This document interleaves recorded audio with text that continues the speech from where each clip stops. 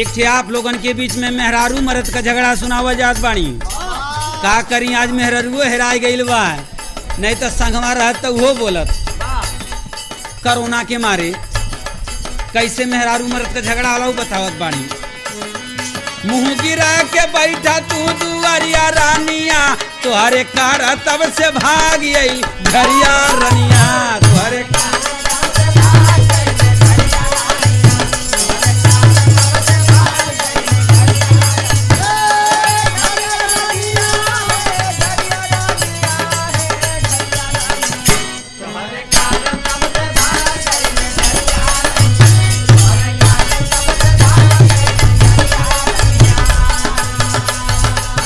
औरतिया का कहत बाए, जेवना न जेवला फेंकला थरिया राजाऊ, हमके मालूम ना पहुँच गइला घरिया राजाऊ।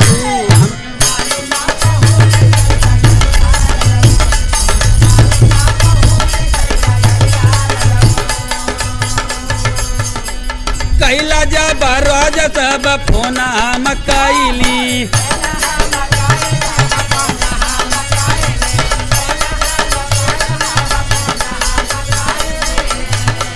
जागा जागा देवरू से तुहके खोजवा वाली।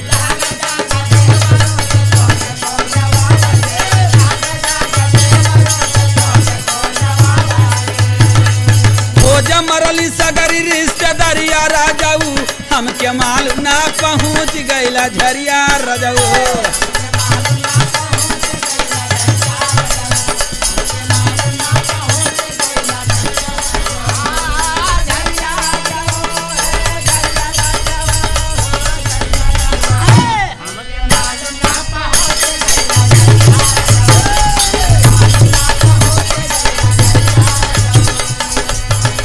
आदमिया का कहत बा, दिन भर खेतवा में करी हम किसानी,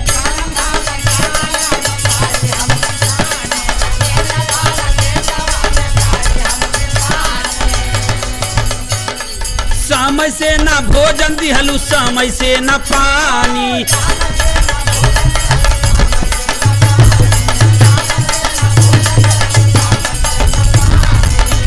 समझावले बेकारा मुँह जोरिया रानिया, तोहरे कार तब से भाग आई घरिया रनिया।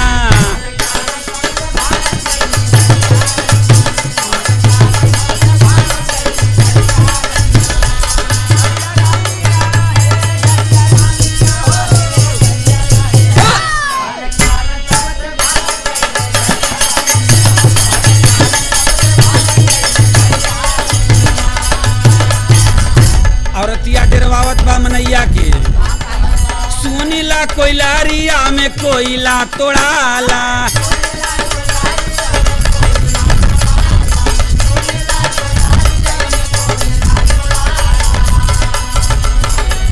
आदमी के सुरंग में किरान लेके जाला।